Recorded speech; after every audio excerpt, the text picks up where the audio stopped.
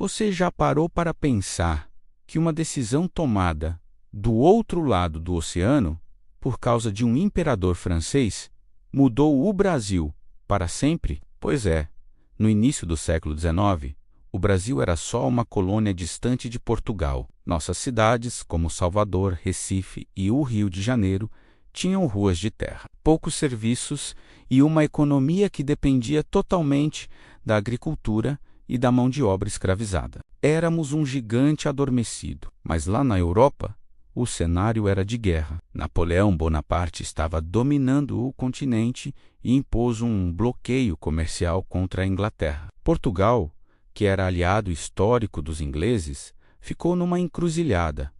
Ou se rendia a Napoleão, ou enfrentava a fúria do exército francês. A decisão de Dom João, o príncipe regente, foi uma das mais audaciosas da história: fugir. Mas não era uma fuga qualquer. Pela primeira vez, uma monarquia europeia inteira se mudaria para sua colônia, do outro lado do Atlântico. Imagine a cena em Lisboa, em novembro de 1807.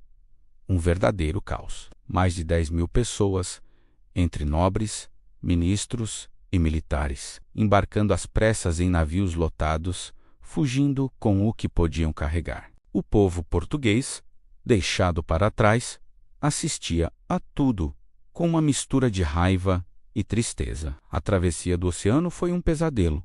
Tempestades, falta de comida, doenças, mas o destino era o Rio de Janeiro. Em março de 1808, quando os navios finalmente chegaram à Baía de Guanabara, o Brasil que conhecíamos começou a desaparecer. A chegada da corte foi um choque cultural e social. O Rio, uma cidade modesta, de repente se viu invadida por carruagens, nobres com suas roupas elegantes e soldados. Famílias brasileiras foram simplesmente expulsas de suas casas para dar lugar aos fidalgos portugueses. A população local, entre surpresa e fascinada, via de perto como vivia uma corte europeia, e as mudanças não demoraram a acontecer. Uma das primeiras e mais importantes medidas de Dom João foi a abertura dos portos às nações amigas. Isso quebrou o monopólio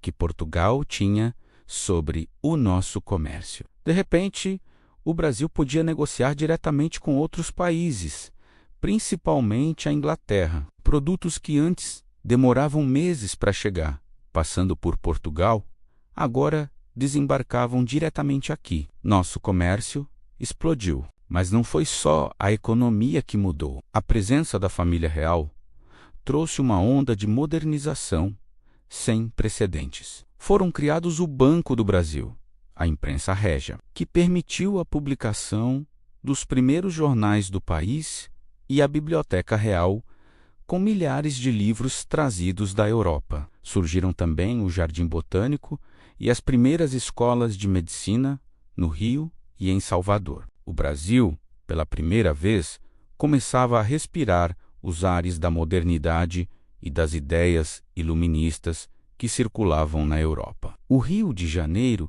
se transformou na capital de um império. Ruas foram calçadas, a iluminação pública foi melhorada e novos prédios foram construídos. A cidade deixou de ser um simples posto colonial para se tornar uma metrópole, com vida cultural intensa, com teatros, óperas e bailes. A etiqueta, os costumes e até a comida dos brasileiros começaram a ser influenciados pelos hábitos europeus. Era como se o Brasil estivesse sendo apresentado ao mundo. Claro que nem tudo foi um mar de rosas. Essa modernização teve um custo alto, e quem pagou a conta foi o povo. Impostos foram criados para sustentar o luxo da corte. E o contraste entre a riqueza dos nobres e a pobreza da maior parte da população ficou ainda mais evidente. Muitas pessoas viam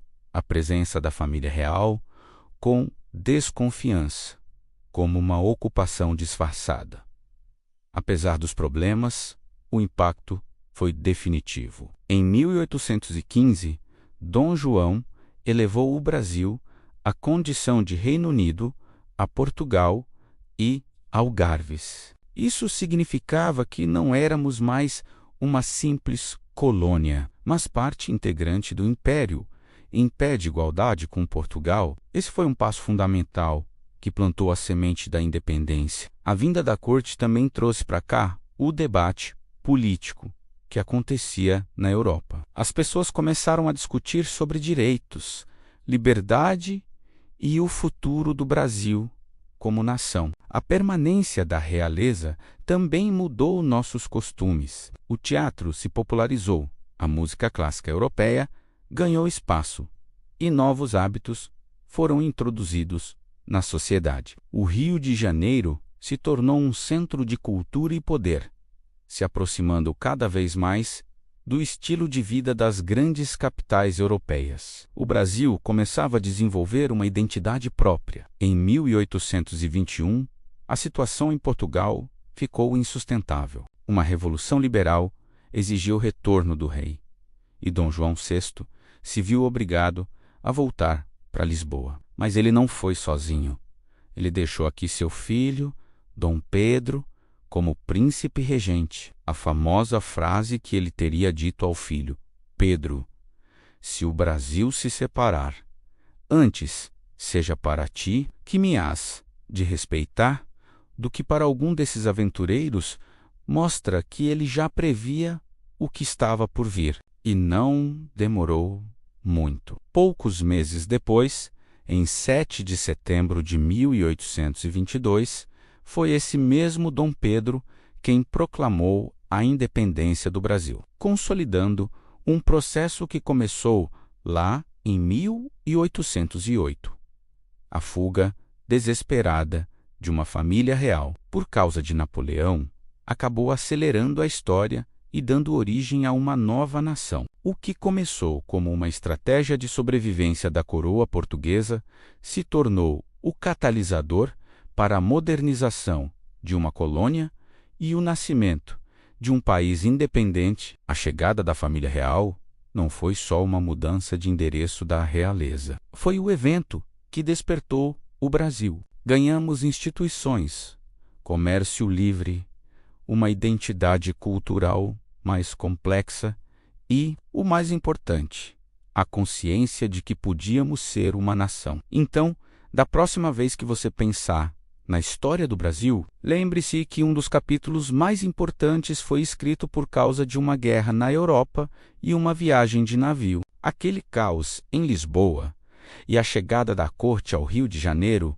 foram, sem dúvida, o começo do fim do Brasil colônia e o início da nossa jornada como país. E aí, gostou de conhecer mais sobre esse momento crucial da nossa história? Se você curtiu o vídeo, não se esqueça de deixar o seu like, se inscrever no canal e ativar o sininho para não perder os próximos conteúdos. Muito obrigado por assistir e até a próxima!